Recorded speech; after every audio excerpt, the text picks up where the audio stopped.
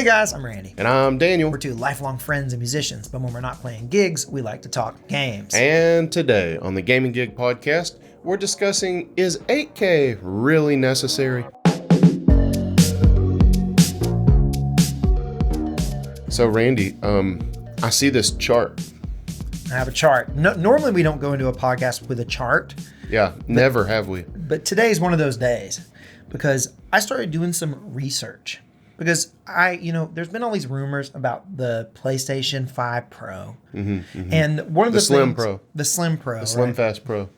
And one of the things that people have kept talking about is, when's 8K gaming going to happen? When's 8K gaming going to happen? And normally I would think I would just kind of disregard those because I don't even think about 8K gaming. But you can't even count that high. I can't even count. Yeah, 7's where I end. Oh, but I'm at 8,000. Oh, 8,000? Yeah. Well, I just really made myself seem way worse. But, that's okay. But, but Sony makes 8K TVs. So they kind of have like an incentive to maybe try to push 8K gaming out there. But here's the thing about 8K gaming. The more and more I looked into it, the more stupid it started to seem. Where's the poop, Randy? It really did. And I found this chart. And I will put the chart up on the screen here in a moment. But what it is it is a thing that shows you the optimal distance. Optimal distance. Now, optimal distance. This is the distance that you need to sit away from your screen in order to have the optimal viewing experience. And specifically, I looked into a little more. What it is it's the distance at which you can no longer make out the individual pixels, which, okay, if you're too close, you're going to be able to see them individually. Not good. But once you get that perfect distance away, you can see the picture exactly as it's supposed to be, but not see the individual pixels on their own. So that's like the optimal thing. Any further back and the pixels start to blend in a little bit, too much, basically that's it. Right. Yeah, this is very interesting. Randy came into my house, and he was standing in my living room like a crazy person with his arms out. He was like, "Hey, man, how long you think my wingspan is?" And I was like, "I don't know, man, probably about your height." And he was like, "I need to figure out how far you sit from your TV. It's very important." And we found out that you sit about 9 feet away from your TV. Yes, with redneck signs. We didn't use a measuring tape. No, but about 9 feet. And I also found out through all this research that the average person sits about 9 feet away from their TV. So odds are you probably sit about 9 feet away from your TV too. I'm average. I actually sit a little further away. I sit 12 feet away from my TV. So... But basically, the whole thing behind this is it depends on your screen size and stuff like that. Now, Daniel, you have a 55-inch TV. I do.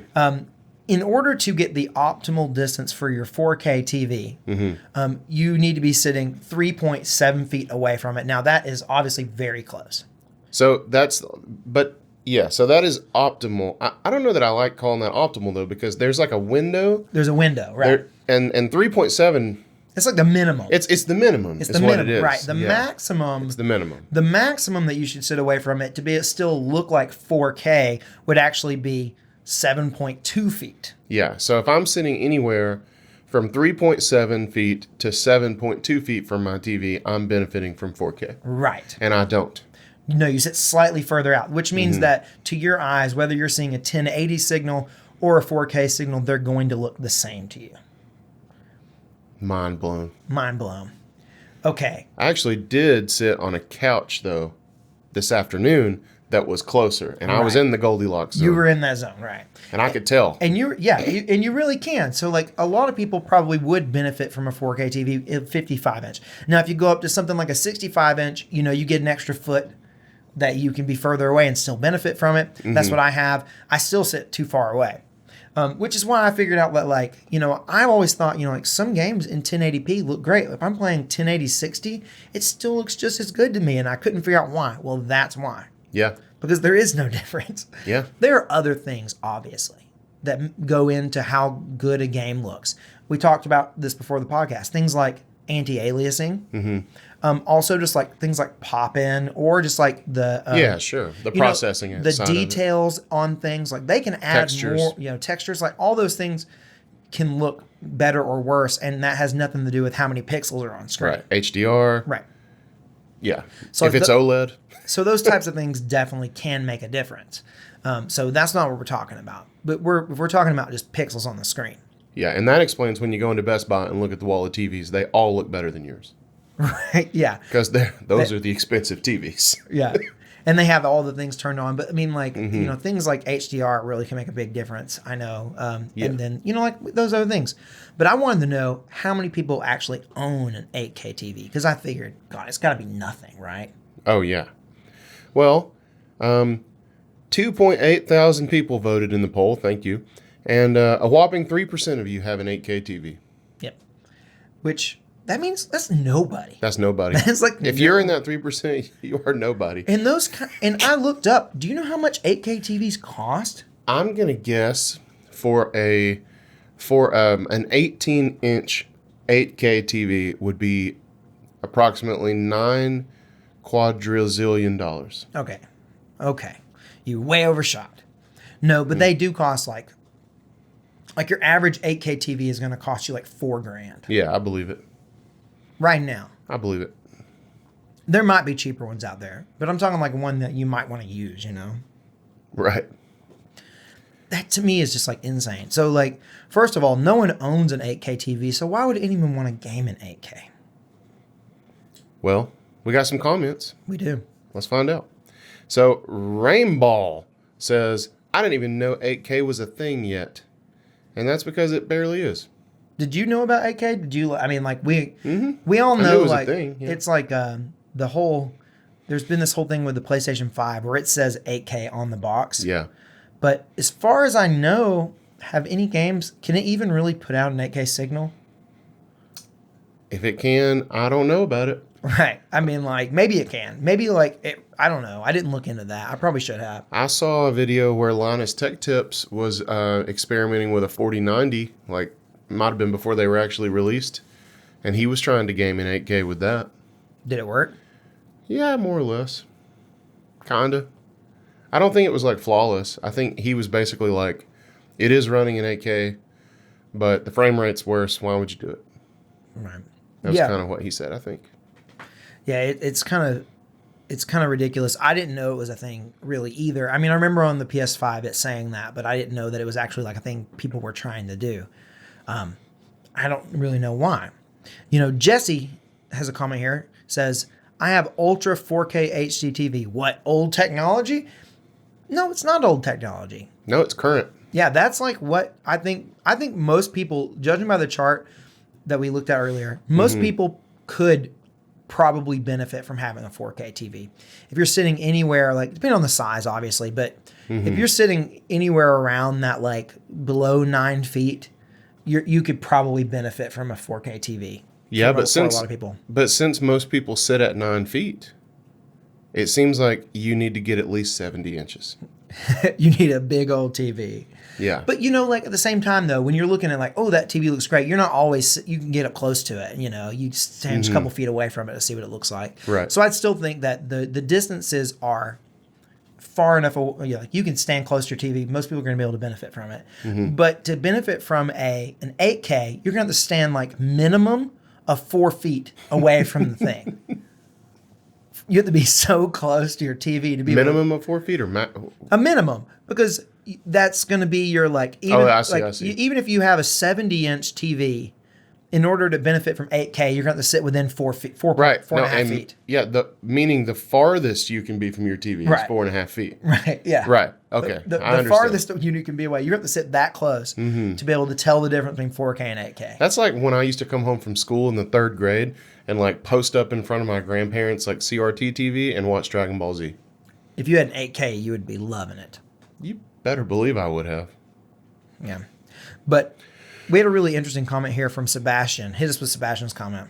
Sebastian says, even if this was 4K, I doubt the vote percentage would pass 10%. Not just the price, but to make it run good on PC, you need a powerhouse. Unless it's a game called Doom, lol.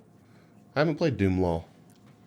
So conveniently, we did another poll asking about 4K. When I saw this comment, I was like, nah. I know more than 10% of people own a 4K television. Now, I think Sebastian here was really thinking about computer monitors. I think he was too. Because of the remaining comment, but it wasn't about that. It was about TVs. Right. But still, I was surprised by using this chart that it seems like most people would be able to tell the difference at a computer monitor between 4K because you're sitting so close. Right. Now you have a 4K monitor right here. I do, and it looks great. Yeah. But I think computer gamers in general kind of have a knack for like hyper focusing on FPS, Right. maybe as opposed to resolution. So I think, and coupling with the fact that 4K high refresh rate monitors are also like crazy expensive, he may be right. Most consummate PC master race professionals might be like running 1440p or even 1080p. Right. I mean, my monitors are 1080p, but they're not high refresh rate either. Yeah. But what you really can tell a difference is high refresh rate. Oh yeah. Those make a big difference. Now, we both have high refresh rate TVs. They can do 120 hertz. And if I ever play a game on 120 hertz, You can tell. You really can tell. 100%. I used to love playing Sea of Thieves on it at 1080, 120. 120, 1080. Yeah. Yeah, I was like 144, no, 120. And now I realize it's because I was sitting 9 feet away from the damn TV. Right. Yeah.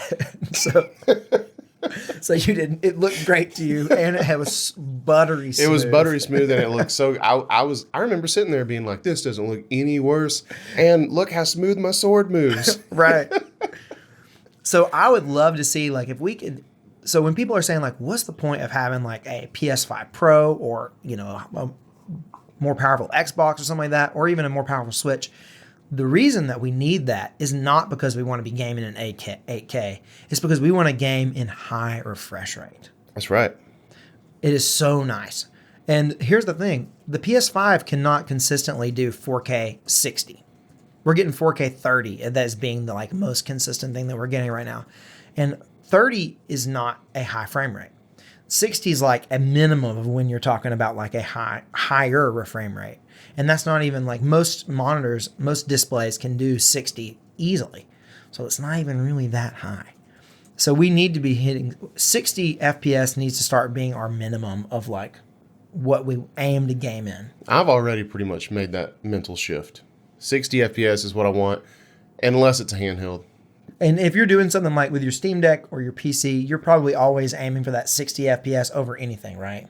Yes. Right. Absolutely. And like resolution, just stand further away from your TV. So we did a poll asking about 4K just because we wanted to see if it was over that 10%. And so we did a poll on that. But before we talk about that poll, I want to tell you guys about our Discord server. We have an invite link to our Discord server in the description of this podcast. We would love for you to join us and come hang out over there. We talk about games every day. We got a great little community, but we'd love you to be a part of it. That's right. We post our daily scores to this cool little mobile game called Coffee Golf. If you don't want to be a part of that, I don't even know what to say. Actually, I have enjoyed Coffee Golf. It's fun. It's fun. It's super fun. It's today I got my very first hole in one. I was very, very excited about that. So yeah, I still haven't gotten a hole in one. This was like, and the thing is, there was a really hard hole on there, and you did also just as bad as me. It both took us 6 strokes to get that thing. And then immediately I was so disappointed. I was like, man, I did so awful on this one. And then I was like, let me go over this next one. Hole in one. I was like, yes, it made it for all that awfulness that happened right before. Yeah, that has not happened to me. I mean, I'm getting better at like, I don't really know what the golf term is. Maybe chipping when you like wedge it in, I'm getting better at like being able to sink the hole. I haven't done even that yet. Like if it's like up on a plateau, and you're below it, I can sometimes sink it. And that feels good, but I have not gotten a hole in one. I haven't done that yet. I've gotten really close, but I have not been able to do that. But this one, it was like drive it over, and it just went right in. I couldn't believe it. I don't even know how you would do that. Luck. It was luck. You gotta bounce it off a tree or something. Those trees are brutal. And it was over trees that I made that hole in one too. I get so scared of trees because they'll just fling your crap into the water, and then it makes that passive aggressive little lily pad. Ugh. We want to know how you can do on Coffee Golf. So join our Discord server and share your daily scores with us, or we just talk about other games. But it also is a great way to keep track of when we post videos, when we go live on Twitch, all that good stuff. It's a good place to hang out. All right, let's hit us with the poll here, Daniel. All right, so we asked the people, do you has a 4K TV? At 56%, people said yes, and at a whopping 44%, people said heck no. So a far cry from 10%. Far cry, baby. In fact, the majority of people, but only a slim majority, own a 4K television. I kind of figured it was going to be. I actually thought maybe it would be over 55% of people owned it. I figure most people have moved on to 4K at this point. Yeah. This is low compared to what I was expecting, for sure. Yeah, I mean, I wouldn't have been surprised if I was expecting anywhere between 50 and maybe like 75. But 56 is on the lower side for sure. Yeah. And we were both late. I feel like we were both late adopters to 4K. Yeah, we were. We both got into 4K when we got into the newest generation of gaming with like the PlayStations, the PS5, Xbox Series systems. And I kind of base my TV stuff around my gaming stuff. Yeah. So if all my gaming stuff is 1080 TV. Yeah. I mean, why wouldn't you? Right. And that's why I got when we were moving to the newest generation. It was all about, these consoles can do 120 hertz now. So I made sure to get 120 hertz TV. Yeah. That could actually take it, do it. I did the same thing. I mean, I ended up getting the same TV you have, just 10 inches less. But yeah, when I went into Best Buy, I was asking the same question. I was like, okay, no matter what I get, man, it has to be able to do 120 hertz. And the Best Buy guy was like, I don't know, I get it. You're not the only one. I mean, like, because that's the stuff you really can tell a difference on. And I mean, like, now at the same time, there can be other things, like we said, like things that can make the picture quality better that are unrelated to the pixels, but that's kind of not what we're talking about here. Well, we got some comments. We do. We got some comments from DeQueen. The Queen says, some of my friends still play their PS5s and Series X's on 1080p TVs, lol. And maybe they're not wrong to do so. Maybe they sit, 9 feet away. Right. And in that instance, it really kind of, makes sense to play in 1080. It's not going to make that big of a difference. Now, that being said, if you get up and you walk just a couple feet closer, you would have benefited from having that 4K TV. Yes. In fact, you're going to be able to see pixels, according to this chart, individual pixels for like on a 65-inch TV, which is what I have. If you're below 8 feet, you're going to be able to see individual pixels on a 1080p TV. So that's not that close. On a 1080p. On a 1080, yeah. So like, that's not that far away is what I mean. So like pretty much, that's why I say like pretty much anyone's going to be able to benefit from a 4K TV, I think. But at the same time, if you're only sitting 9 feet away and you don't care about how it looks up closer, why not go with a 1080? You'll be perfectly fine. Especially if it's a good 1080p that has nice HDR and, maybe you can even spring for the OLED. Maybe it's an OLED 1080 that looks really good and has great colors. I mean, the experience is not going to be that much different. Might be better. Well, I mean, your console's not going to have to work as hard because you can set it to that. True. It's going to be only outputting 1080. I wonder which TV would we prefer if we had like the nicest OLED 1080p TV in front of us and like a cheaper 4K TV? I think I would definitely prefer a really nice OLED 1080 TV that had like really great colors and just had those, because I think about like the Switch OLED, the screen is 720. Yeah. And that screen looks amazing. It does. It looks phenomenal and it's 720. And yes, it's a small little screen, but the smaller the screen is, you don't need them, It just like, it's silly. I don't know what the screen is on it. It's like a 7-inch or something. Yeah, it's something like that. Yeah. So I think I would rather have a really good 1080 personally. Now, if I could have like a high refresh rate 4K OLED TV, I would definitely. Oh, well, I would do that. You'd be set up for like the next decade. I know. And I'd be happy with it. All right, we have a comment here from Avery who said, I have both 4K and 8K. You're one of those 3%ers. The 4K was relatively cheap, $280 compared to $4,000 for the 8K. I wonder why there aren't more 4K adopters already. Yeah, 4K TVs are... they are cheap. They can be very affordable. But I also see from your comment why there aren't 8K adopters right now. Yeah. Yeah. Also, this guy has 12K. So... yeah, if you add those things together. Don't really know how to, like, address this. Yeah. I mean, but you do see... I also spent $12K. The other day, I was at Walmart. And they had their a 4K TV. Now I don't know what size it was. It may not have been a very big 4K TV. Yeah. But I think it was $200 for a 4K TV. That's awesome. So I mean, like, That's freaking awesome. now it may have been the refresh rate may have been terrible, and who knows, like it could have been a bad TV. Yeah. But in terms of, it was able to do 4K. I think my TV might have been like 800 or 900 when I bought it. Really? I think so. I know. I'm pretty positive mine was over $1,000, but I don't remember what the number was. Yeah. I think mine was around 9. So that's a pretty good price for a 4K. And our TVs are not. They're not OLED. They're mini LED. The mini LED, which is, I don't know. I don't really know that it makes that big of a difference. They say it definitely does. They say it's different. It's definitely different because our TV is like light in zones.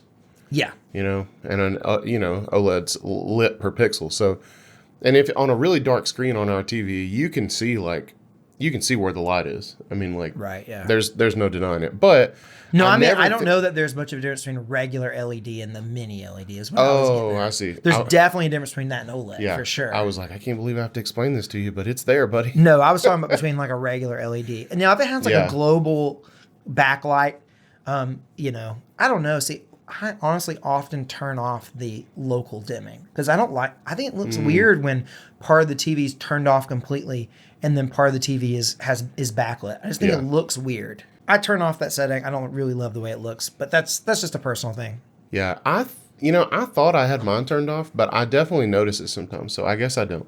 I wonder if it turned back on with like a software update. It also, the TV adjusts. It's not like it's by input. So you may have turned it off for like maybe one of your inputs, but not one of the others. That may be it. So that may be it. But anyways, yeah, for the price right now, 8K doesn't make sense for a lot of reasons. One, it's super expensive. Two, you can't use it. You can't even tell. Yeah. Unless you're sitting like literally like with your face against the screen. And then it's going to burn your nose, and it's like... I saw a thing that said, like, if you were sitting that like 9-10 feet away, in order to tell the difference between 4K and 8K, you'd have to have like a 250-something inch screen, which is just ridiculous. That sounds like a good time. I know. I want one of those. Yeah. So maybe 8K is good if you have like a home theater and you really do have one of those like 200-something inch screens. We should invest in a gaming gig home theater. I wonder how many inches it is like across your whole wall there. What is 250 inches divided by 12? Math teacher. 250 inches divided by 12? Yeah. Or heck, hit me with 240. A little more than 20. 20 feet? 240 divided by 12 is a little more than 20. Yeah. A 20-foot screen. I don't think that's not even 20 foot there. No, that's not. So it would be bigger. It would need to be bigger than that. Well, we'll have to blow out a wall. wall. The wall, yeah. We can do that. I think that's an easy call. Anyway, Definitely. We got a comment from Random. Random says, imagine owning an 8K TV for almost most things to be rendered in 4K anyway, and if you're playing games on a console, you're more likely to see between 1080p and 4K, and if it's a PS4 or Xbox One, well, 720p ain't even going to look HD on a 8K screen. Right. Yeah. Punctuation, buddy. Yeah, I mean, like, but seriously, like, you're gonna the bigger screen you have, it's gonna look bad, and then you got to figure out like sometimes when things are upscaled, it can look a little wonky. Oh yeah. So like when you're upscaling stuff to 8K, it can look bad. Like, I remember when if you take like a 1080 image and upscale it to 4K, it doesn't always look great. And like especially if you take like a real low res image and upscale it, it can really, then things can really start to get out because you're like duplicating lines and it doesn't always like scale right. And something doesn't look right about it. Right. So there's a point there, but also imagine, I don't know, we got to talk to, who was it earlier that said they had the 8K TV? It was, Sebastian. It was Avery. Avery. Yeah. So Avery, you have to tell us have you found any benefit of having 8K? Because I would imagine like you're probably an early adopter to tech. Like you're probably an early tech adopter. You probably get excited about tech. And that's probably why you jumped on 8K TV when they were so early, which is cool. But I want to know, like, is it worth it? Like, don't even worry about the money thing. Like, have you been able to tell a difference? Yeah. I guess I if you would be stand interested. within 4 feet of it, you probably can. Mathematically, yes.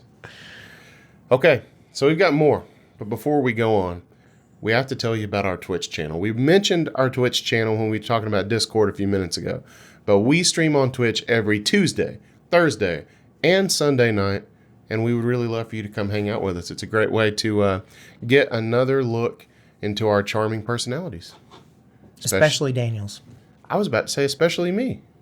Oh, well, we had the exact same idea, didn't we? We both were like, Daniel needs a little ego boost right now. Yeah. Daniel's like, I need to boost my own ego. I was like, I need to boost Daniel's ego right now. Yeah. You can, you can see the emotional roller coaster that streaming sometimes is for me. Like, sometimes I get promoted to Plat 1 before Randy in Rocket League, and it's a moment of just elation and victory. And then sometimes I'm literally slumming it in Silver 2 all night, even though I'm playing well. So, yeah, and then the whole chat gets mad at me for some reason. Well, next time the chat gets mad at you, Daniel, I've got your back. No, I think it's just going to be a new thing. Me against the chat. Oh, okay. He likes it. I don't like it. Never mind. See, I was going to have your back. All right. We got a comment here from Morris Dennison who said, I do own a 4K Samsung 65-inch TV, but I will not be buying an 8K TV till they're the same price as my 4K TV. Mm-hmm. You're going to be waiting a little while, and I'm going to be right there with you, I'm afraid. Yeah. I'm a tech enthusiast, but the returns on resolutions aren't worth it. Your eyes literally can't process everything after a specific point, and it doesn't matter. The bigger the number, it's just a sales tactic because there is a literal limit to human perception, and on top of that, my retro scalers can't do 4K, so 8K is out of the question. Mm-hmm. We haven't even talked about how we can't even right now on our consoles push 4K 60 put it at 8K. What are you going to be playing at 15 frames a second? You might be playing at a buttery smooth 15 FPS. Maybe, that's something we talked about the PS5 Pro. Maybe it can actually do like a 4K 60. Maybe it can do an 8K 30. Some people are cool with that. Maybe it can do 8K 30. That would be something. Some people are cool with that. But yeah. I used to not be really, I didn't care about frames per second. I really didn't until I got into high refresh rate games. Yeah. And then as soon as I started doing it, I realized like how much more I enjoyed that over high resolution games. Yeah. It's hard to go from 120 back to 30. It's very hard to go from 120 to 30. Mm-hmm. I would say if it's a really stable frame rate, I'll take that over an unstable frame rate. Sure. But so if it's like a really solid locked 30, I'm cool with it. And I would rather it be that than if it was like trying to hit 60, but it was constantly all over the place. Because I notice like when the frame rate's inconsistent, it like kind of takes me out of the moment. Yeah, it's very jarring. But I'll take 1080 locked 60 any day over a 4K 30 because I just like the frame rate that much better. Yes. Yeah, I agree. On a home console, like I really want 60 every time, regardless what I have to do with resolution. Mm-hmm. On my Steam Deck, I'm okay with 30, but I would rather get 40 and 60 is even better. Mm-hmm. Whatever you can get that's solid, right? Yes. Whatever's like going to stay there. Yes. And there you're also making compromises for like battery life and things like that. You don't have to worry about that, on a home console. So. Right. But, I remember back when 4K TVs were first around. This kind of reminds me of Morrison saying that it's a sales tactic. I remember when 4K TVs were around, but there was no 4K content. Remember that weird period when I was thinking like, what do you even have that you can even watch in 4K? Yeah. That's where we're at now with 8K. That's exactly where we're at. Yeah. But at that point, it seemed stupid to me to own a 4K TV because I was like, at that point, no streaming services were in 4K. Mm-hmm. The only thing you could maybe watch in 4K is if you had like a really high end like Blu-ray player and like had Blu-ray stuff like that was in 4K. Mm-hmm. But that was like, I didn't really do that. I didn't have that. No. The only thing I watched Blu-rays on were a PlayStation, 4 or something. Yeah. And that wasn't going to put out 4K. So not my OG PlayStation 4. Right. So I don't know. Or maybe it would. I don't know. Would a PS4 put out a 4K signal if you put a Blu-ray in it? I don't think so. Well, maybe. I don't know. I don't know. It's not like we have the internet. I don't know. Would it? Maybe it would. I never watched. I never owned I know I've only ever owned one set of Blu-rays that were 4K in my life, and they're all the Harry Potter movies, and I own them in dazzling 4K. The PS4 cannot read the 3-layer media that is standardized by Ultra HD Blu-ray, which means the PS4 does not support 4K Blu-ray discs. There you go. So no, it doesn't. But the PS5 does. Yeah, I do. I know that. But yeah, so I don't know. Make some great points here, Morris Dennison. I like your full name, Morris Dennison. It's a very proper, prim and proper, respectable name. I just like it. I like it.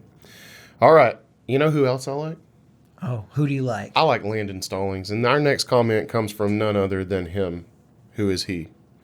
I mean, I do, but it's not for gaming. My wife watches TV on it. I game on a 1440p monitor. So Landon's got an 8K TV in the No, house. I think this is on the... Oh, this is 4K. This is on the 4K. Okay, good for you, Landon. You know, maybe PC people have figured it out. They know they've got this 1440 thing. This is like, they've adopted this as kind of their adopted child, haven't they? Yes, they have. And it seems weird, like, you're like, 1440, huh? What was that? It's kind of like this weird in-between. It's a 3K sort of thing, isn't it? Yeah. And, you know, but they've decided this is their resolution. This is like the one they go for. Yeah. And it looks good. I've played games at 1440 for sure. I know it because I've not had a 1440, monitor to try it on. Right. Yeah. Your 1080 can't do it. No, can't do it. So I don't know, but maybe they figured it out because you got to balance like what your computer or your console on a TV or whatever, you got to balance what it can put out versus what you can actually tell a difference on.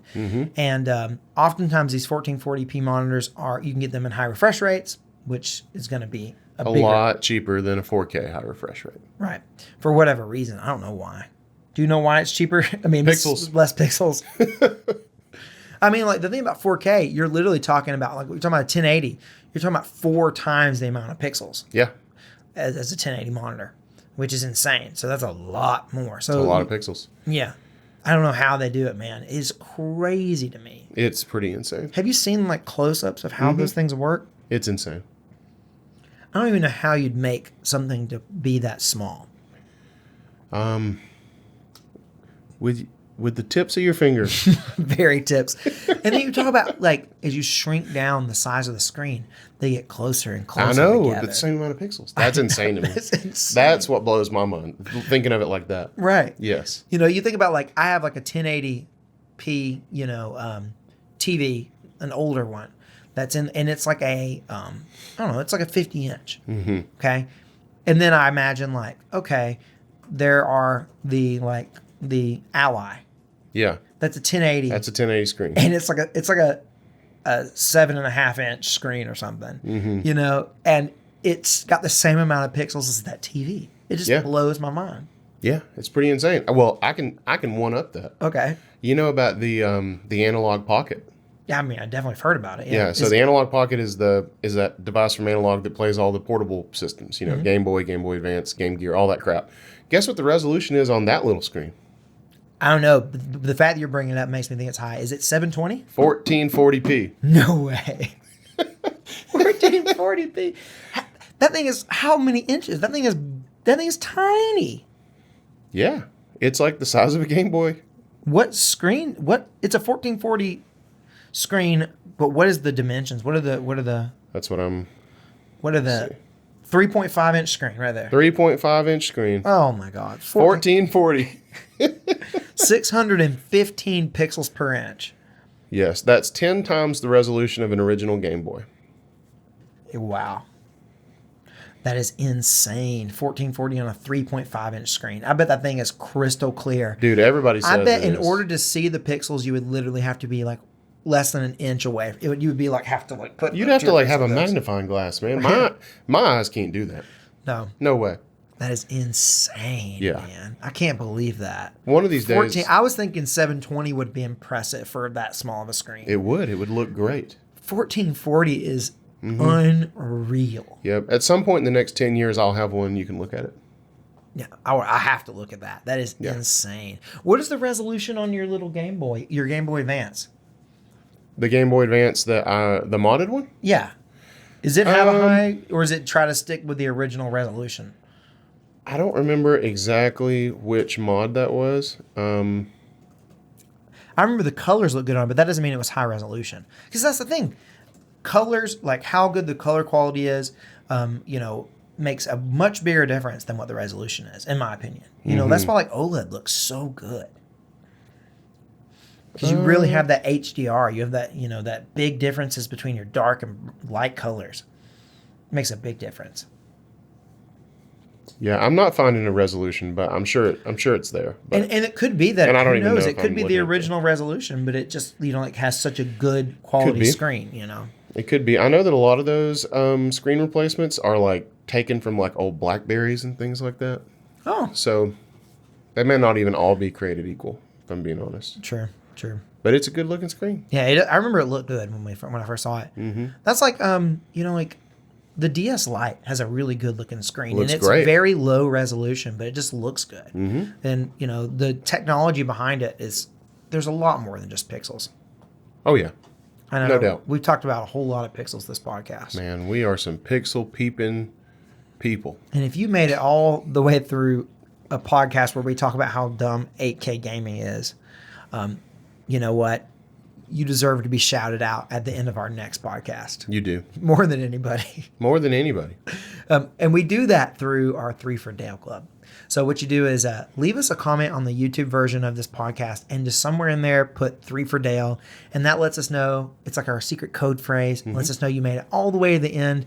And what we do is we'll shout you out at the end of the next podcast. That's right. And leading off this week's 3 for Dale Club, we have D18. Back again, Welcome D18. back.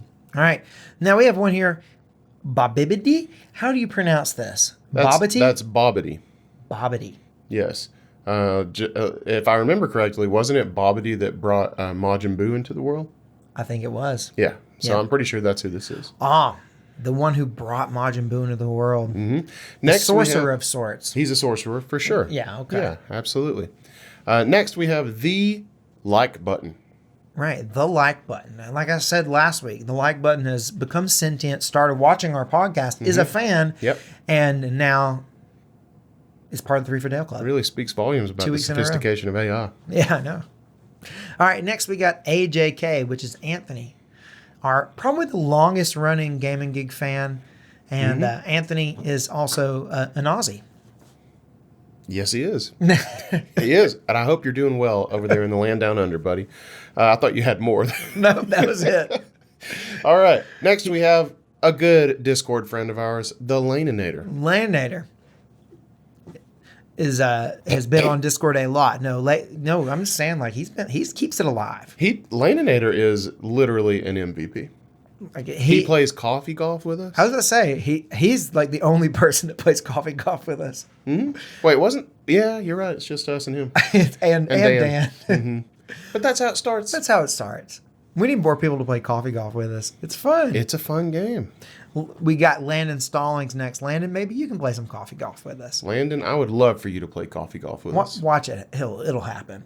Yeah, because I put it out there. He'll at least play one pity game of coffee golf for us. And don't go on there and like make a fake scorecard like Randy did and try to convince everybody you got 5 hole-in-ones. That honestly, Randy, that was just a bad look. It was me trolling you. I wanted to just mess with you because you were like, I got this awesome game. Share your scores, and I was like, I'm just gonna mess around with Daniel and put that I got 5 hole-in-ones, just to I don't know. I thought it was funny. I mean, I just thought it was sad. I thought it would be a really good joke. It was. It was a really good joke. It was probably the best joke you've ever made.